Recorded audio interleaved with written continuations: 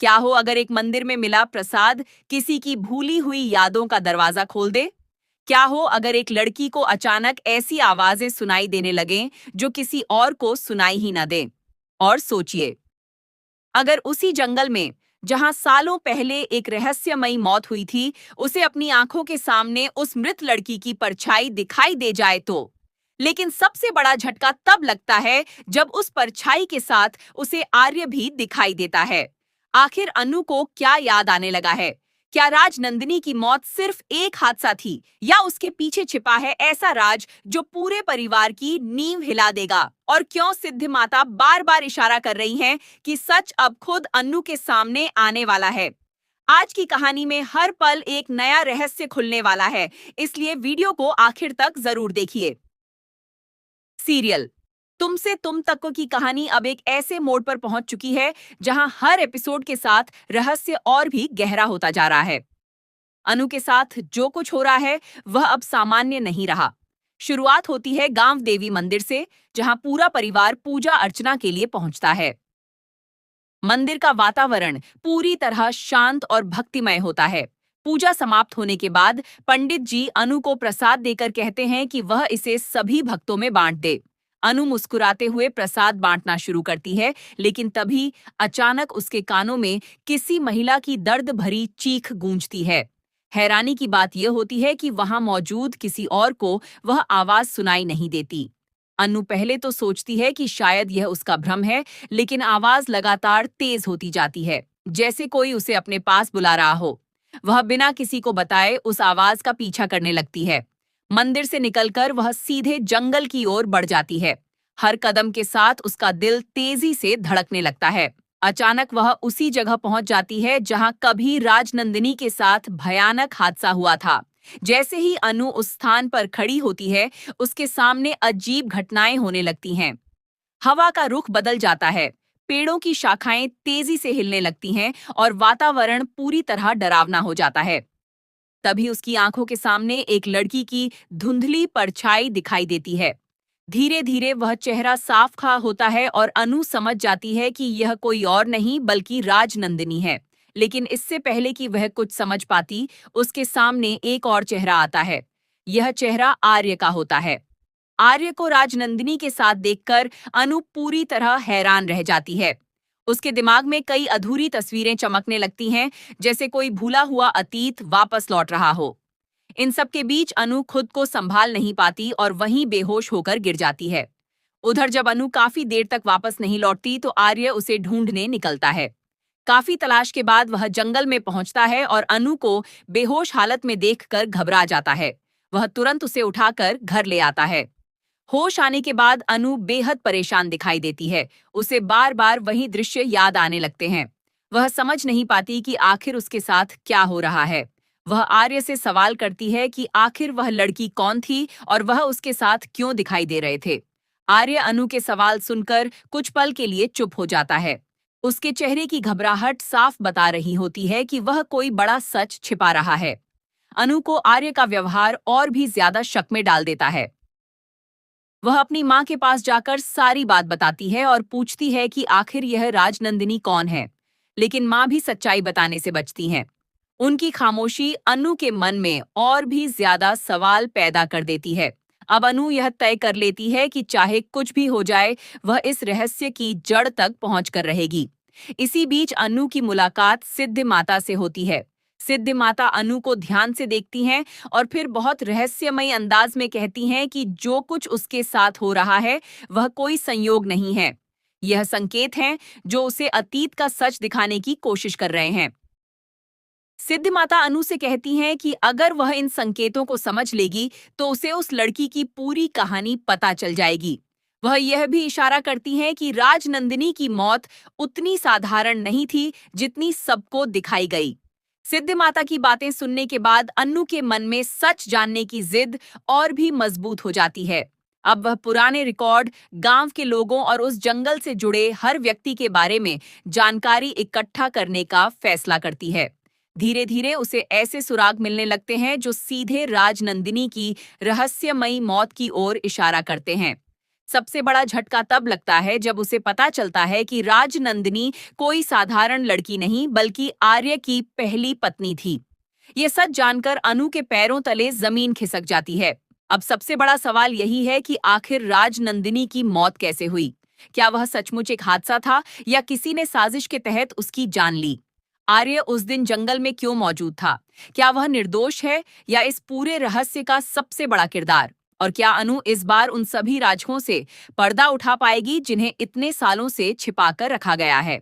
आने वाले एपिसोड में हर सवाल का जवाब मिलने की उम्मीद है और कहानी पहले से कहीं ज्यादा रोमांचक होने वाली है।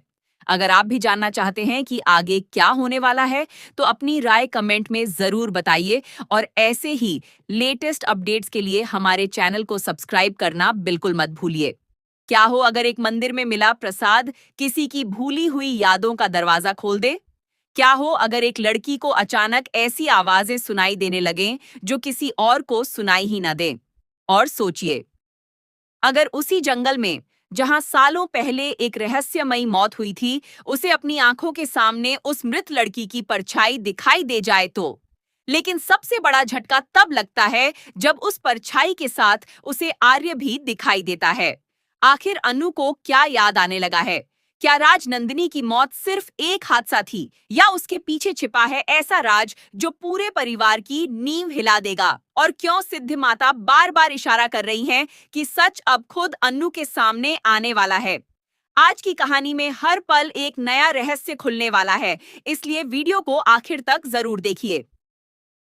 सीरियल तुमसे तुम तक की कहानी अब एक ऐसे मोड़ पर पहुंच चुकी है जहां हर एपिसोड के साथ रहस्य और भी गहरा होता जा रहा है। अनु के साथ जो कुछ हो रहा है वह अब सामान्य नहीं रहा। शुरुआत होती है गांव देवी मंदिर से, जहां पूरा परिवार पूजा अर्चना के लिए पहुंचता है। मंदिर का वातावरण पूरी तरह शांत और भक्तिमय होता है। पूजा समाप्त होने के बाद पंडित जी अनु को प्रसाद देकर कहते हैं कि वह इसे सभी भक्तों में बांट दे। अनु मुस्कुराते हुए प्रसाद बांटना शुरू करती है, लेकिन तभी अचानक उसके कानों में किसी महिला की दर्द भरी चीख गूंजती है। हैरानी की बात यह होती है कि वहां मौजूद किसी और को वह आवाज सुनाई नहीं देती। अनु पहले तो सोचती है कि शायद यह उसका भ्रम है, लेकिन आवाज लगातार तेज होती जाती है, जैसे कोई उसे अपने पास बुला रहा हो। वह बिना किसी को बताए उस आवाज का पीछा करने लगती है। मंदिर से निकलकर वह सीधे जंगल की ओर बढ़ जाती है।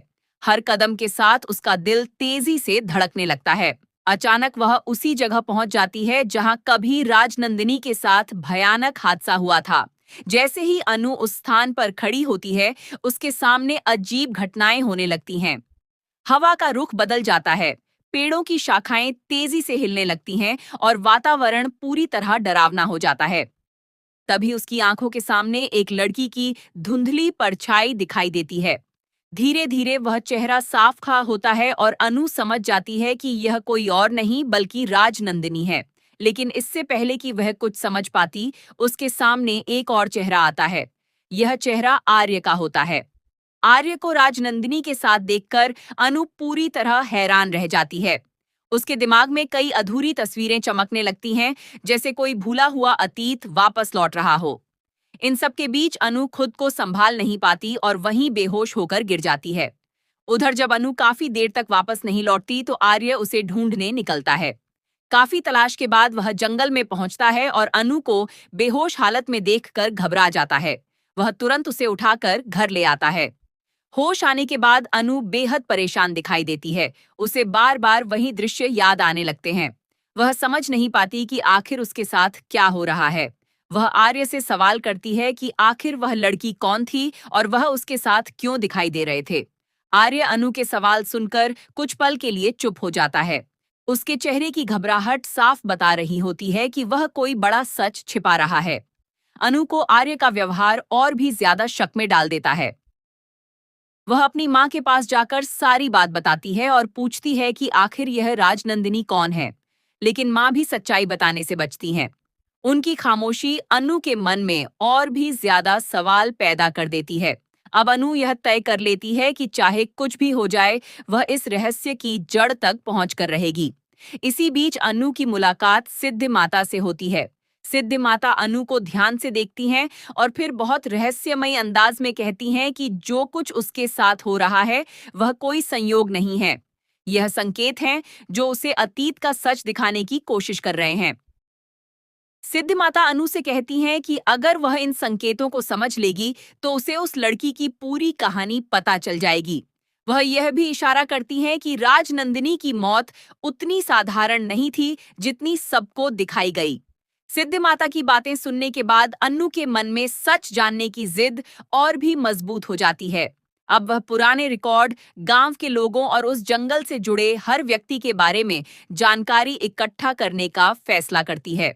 धीरे धीरे उसे ऐसे सुराग मिलने लगते हैं जो सीधे राजनंदिनी की रहस्यमयी मौत की ओर इशारा करते हैं।